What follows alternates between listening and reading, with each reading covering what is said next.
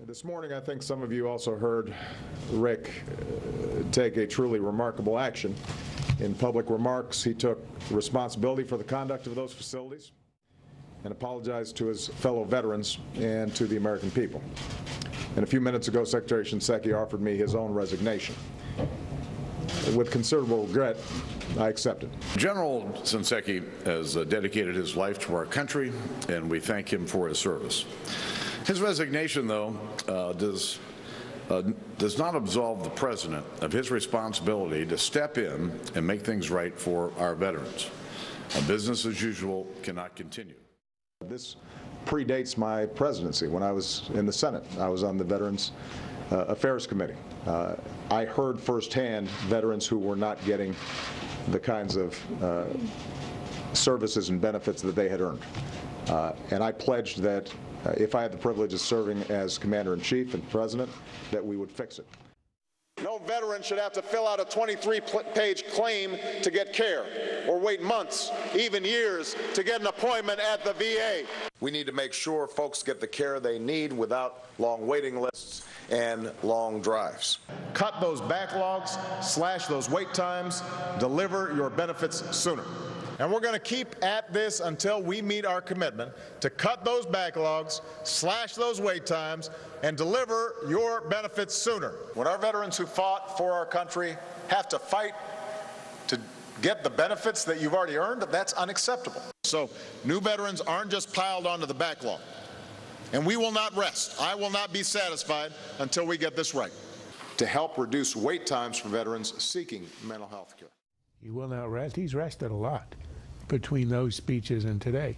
I mean, how can a president say, on the one hand, that the problem with the VA is that the problems, the denial of services, the waits and all this, had not reached the highest level, Shinseki, and thus had not reached the White House, when the president himself says, I've been working on this for 6 years. So contradictory. I mean, is he listening to his own words? They're obviously trying to have it every which way. And for Shinseki himself, I mean, it tells you what kind of tin ear the man had, that he spoke last night and spoke this morning as if he had a future in the job, when anybody who watched Carney yesterday, we watched Carney yesterday, could see it was obvious he was done. All they wanted was not to have to fire him. They were waiting for him to fall on his sword. And I can't imagine that he walked into the Oval Office and didn't understand that's what he's being asked to do. Obviously he did. He was pushed. There was absolutely no question about that. But it doesn't disguise the fact that this was an elaborate theater that we saw this morning, and all the scripts were written in advance. The acting, by the way, is Sloan Gibson. He was the deputy. He becomes now the acting secretary inside the system, though. So, Charles, they'll likely look outside, one would think. They're going to have to look outside.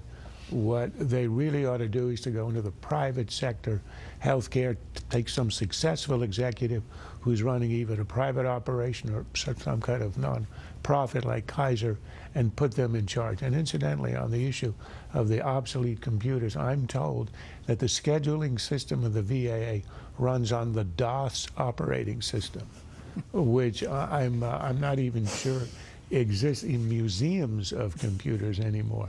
But it tells you, and the fact that it would go on for years and years, and again, that they hadn't heard about the problems at the top, tells you what happens in a bureaucracy of this size.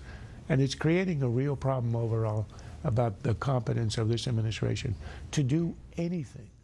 This week we asked you to vote online in our Friday Lightning Round. This is it. And the poll, your favorite panel topic this week, you chose the Marine who took a wrong turn, ended up in a Mexican jail. We're back with the panel.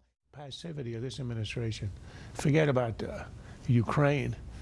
Forget about Syria. This is an American Marine in a friendly ally of whom we have with whom we have tremendous influence, allowing all this to happen. It is absolutely inexcusable on the part of the State Department. I would send a carrier, I'd send a drone, and I'd threaten all kinds of, I mean, we could shut the border for inspections of all of their trucks starting today. All right, Hillary Clinton, exaggerate only strong letter to follow. Hillary Clinton out with a preview of a chapter of the book dealing with Benghazi. her new book coming out June 10th. This is what Politico writes from a quote, "I will not be a part of a political slugfest on the backs of dead Americans. It's just plain wrong, and it's unworthy of our great country. Those who insist on politicizing the tragedy will have to do so without me." Going on, regrettable amount of misinformation, speculation, and flat-out deceit by some in politics and the media. So she's outlining her strategy. You will have to have this argument without me, meaning I have spoken. You look at the report of the ARB, which never spoke to her, and she'll say it's in the book she's now publishing, and I'm done with this. This is not going to work. She is now on the offense, accusing her accusers instead of answering. I mean, her strategy is not to answer questions, and her choice of the point man who's going to handle all this, the immortal Tommy Vietor, who, when you had him on the air and asked a question or two about, did you change any of the talking points, said, I don't remember, and you said you don't remember, and his answer, which will remain immortal. Dude, that was like 2 years ago. An excellent choice if you're going to be throwing a lot of punches. It's not going to work, though. Charles. Loser, the president, a terrible speech at West Point, terribly received on the left and the right. It used to be said of Obama, sure, he can't govern, but at least he can give a good speech. Well, you can't say that anymore. The winner of the week is pediatric cardiac research. Our anchor here, Brett the Bear, has just written a wonderful book, Special Heart, about his family struggle against a congenital heart disease. It comes out next week. Every cent of the proceeds will go to cardiac charities. So right now, before the commercial, get online and pre-order with Barnes & Noble. You're promoting a book on the panel. I know. Well, Someone's promoting Thank you. I know. I do owe you. But nonetheless, that was entirely sincere. It's a wonderful book. Thank you very much. This has been a Sunfish production.